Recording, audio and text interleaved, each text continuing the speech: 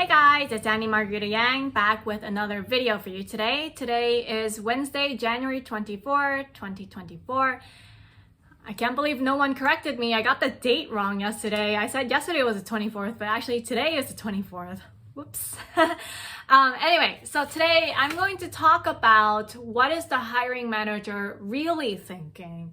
What are their hidden motives, their hidden fears when it comes to hiring?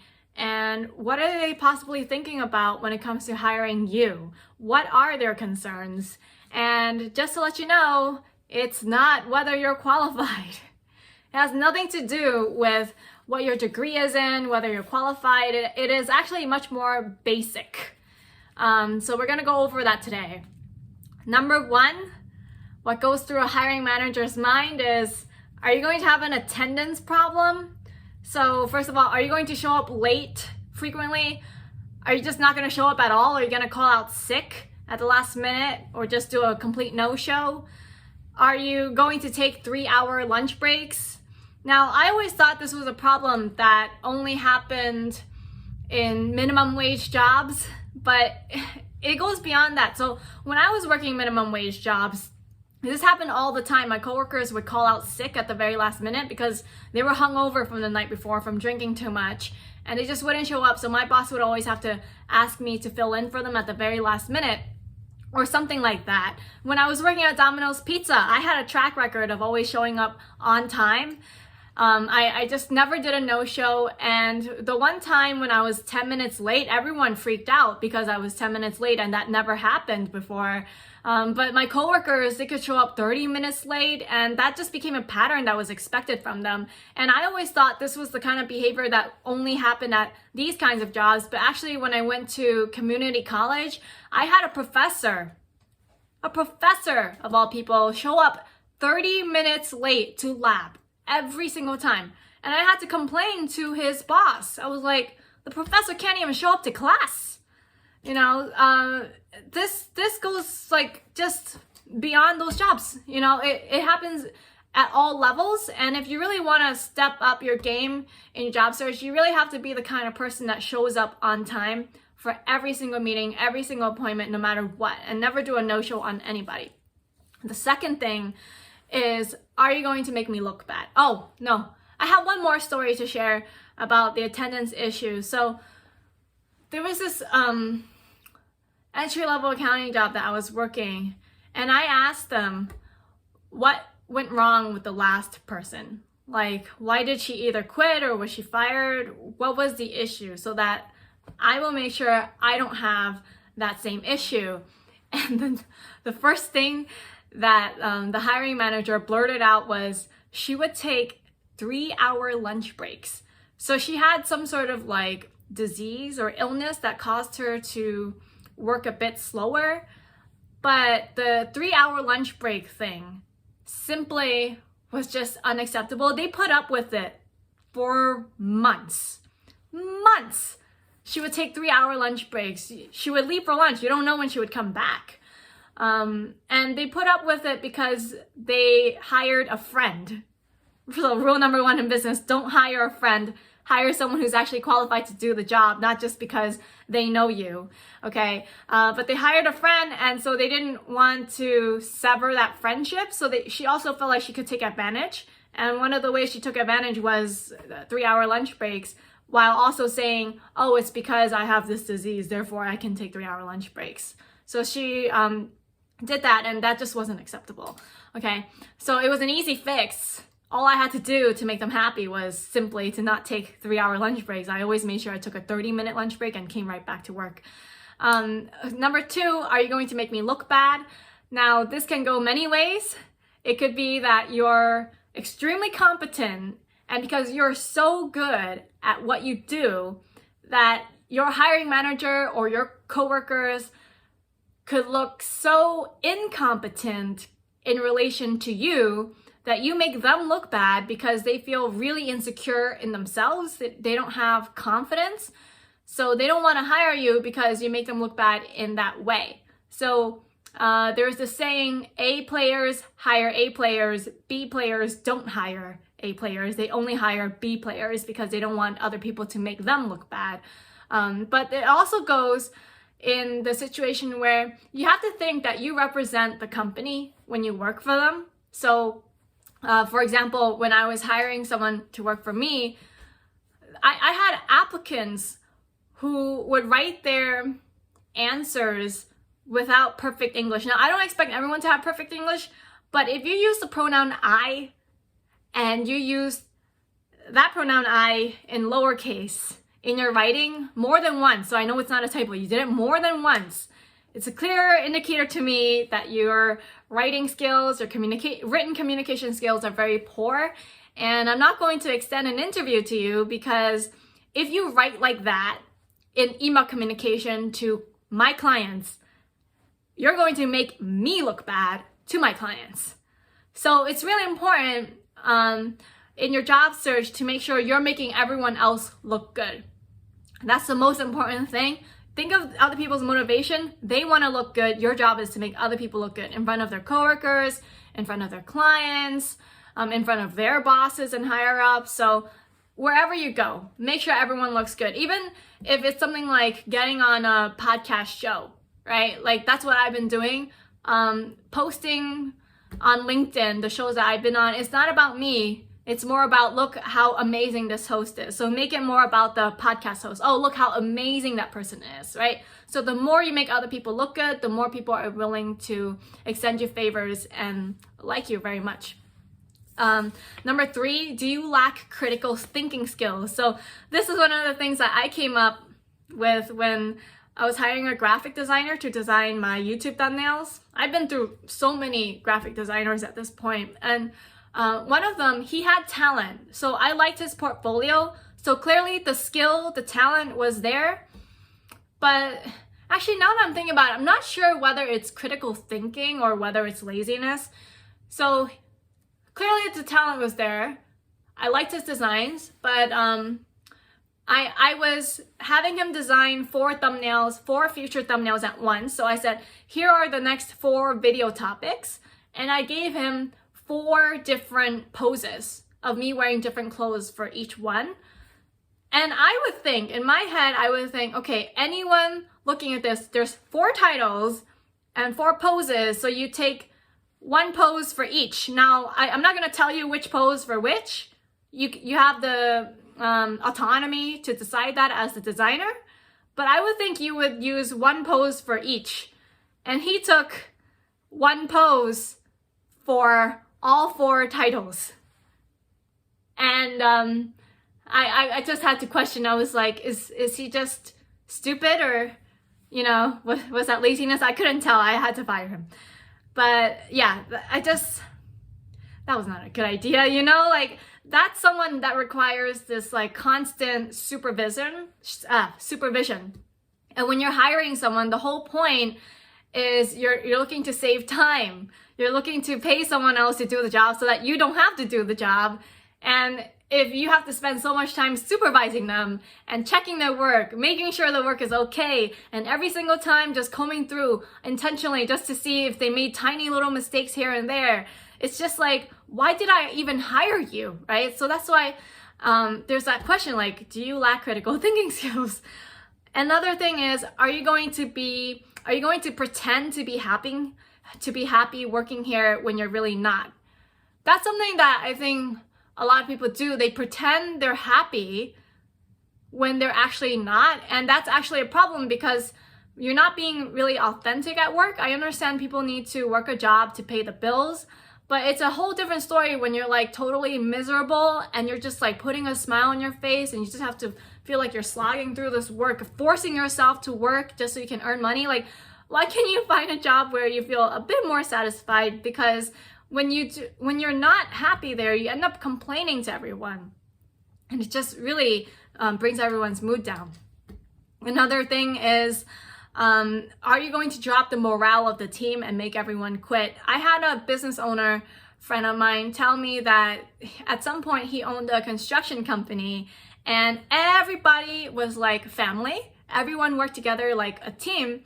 And that was up until they hired this one guy, and he was really, really manipulative. He would like start privately, individually speaking to each person on the team about how this guy was, the owner was a capitalist and, you know, just trying to profit off of everyone's labor and things like that. And next thing you know, after working with this guy for a couple weeks, everybody wanted to quit. Everybody wanted to resign, right? So all it takes is one person to ruin a really good team. So what happens, what's going through a hiring manager's mind is this person going to disband a really good team by decreasing morale or like sabotaging the good things that we have going here. Another thing is, are you going to quit in a few months? You know, it takes a lot of time and it also takes a lot of money to hire. I didn't know that to advertise a job on Indeed or ZipRecruiter is actually a couple $100s. You can expect to pay maybe $400 or $500 just to post an advertisement for a job. So while you as the applicant, you don't pay anything, the employer actually they pay a lot of money. And not just that, they have to spend a lot of time combing through the resumes. And also, like, if you think about it, you know, if they have to interview maybe 5 to 10 people, that's like at least 5 hours, maybe up to 10 hours in the interview process that they could have spent doing something else that's not related to interviewing. And then after you're hired, they have to fill out all of this paperwork and onboard you in terms of like ADP, you know, payroll processing and all of this stuff. And then after that, they have to train you. And it takes you a few months to get up to speed and get over that learning curve. And then if you quit in a few months, you basically wasted thousands of dollars. Maybe you've wasted like $10,000 just by job hopping and quitting after a couple months. So what's really going through the hiring manager's mind is like, more than are you qualified, are you capable, are you competent, is like, are you gonna be here just for a couple months and you're just gonna like walk off and leave? Another thing that will be on a hiring manager's mind is, are you the kind of person that's just going to, I think later on when you do resign, are you going to resign with no notice whatsoever? Now, I had someone very sweet, very polite, and smart working for me, very well educated, right? But the way she resigned, she better not be putting my name down as a reference, because she's not going to get a good reference from me. Like the way she resigned. So she's originally from the Philippines, and I looked it up. In the Philippines, when people resign, it's expected that the employer either gives 30-day notice or the employee gives 30-day notice. So it's well part of their culture. Here in the United States, you only get 2 weeks notice. 2 weeks notice is sufficient. This person gave me 7 days notice.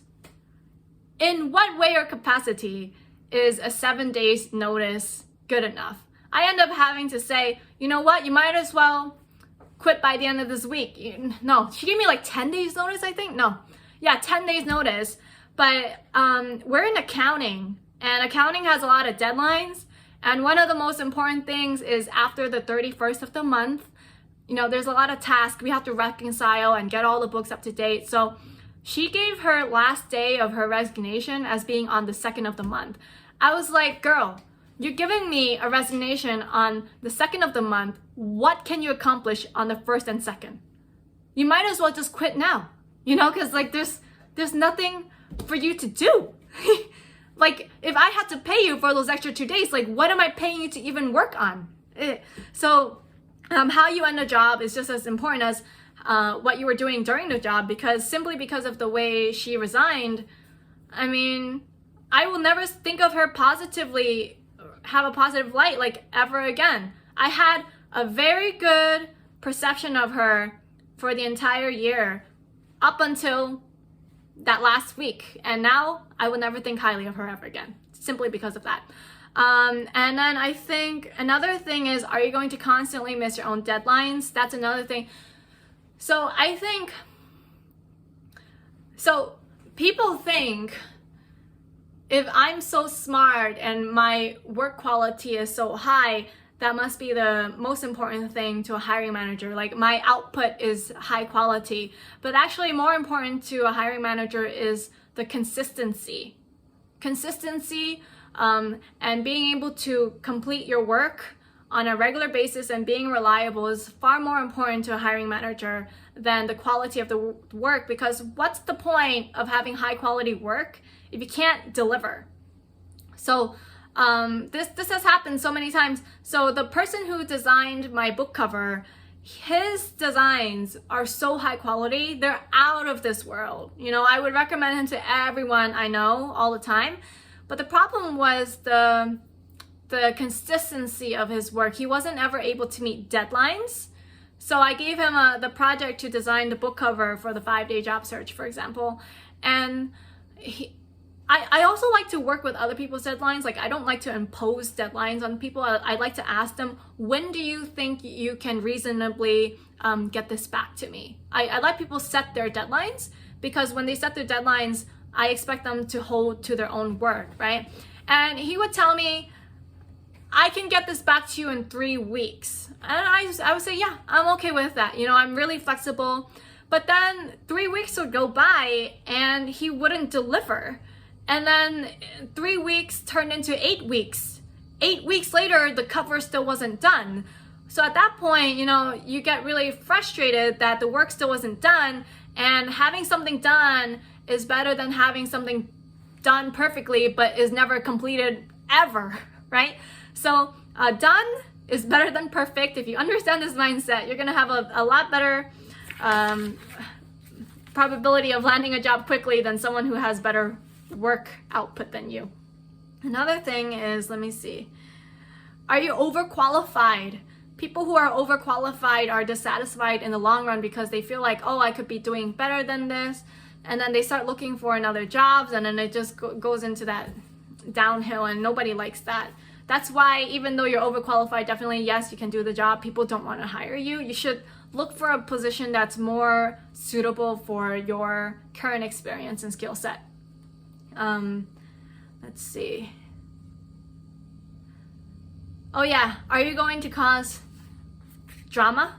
Are you going to cause drama? Or are you going to, like, and I mean like drama over really, really little things. You see the things on the internet, people causing drama over pronouns these days. Sorry. I try to be politically correct, but I cannot always be politically correct. And you see people online trying to say like, no, my pronoun is this, and then expecting everyone to cater to that pronoun in the workplace.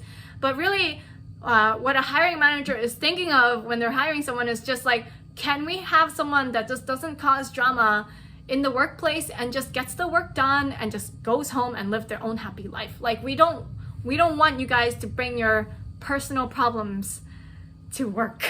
Leave them at the door, please. And then another thing is, are you going to somehow, this goes with the drama, are you going to somehow rat me out for something that I didn't even know I was doing illegally, right? I have experienced this with a business owner. So apparently he had an employee deliberately injure his hand on the job because he wanted to go home early and he was told no. So he like deliberately took something to injure his hand on the job.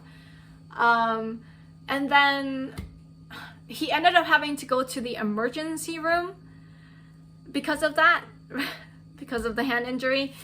And then the next day, of course, because he can't go back to work, he was like calling in sick, and he expected the employer to pay him for sick day, for sick leave. What? And then when the employer said, no, you can't do stuff like this, I'm just gonna fire you because this is not okay, you're fired. That employee ended up calling the Department of Labor on this employer. And then it opened up like this whole case.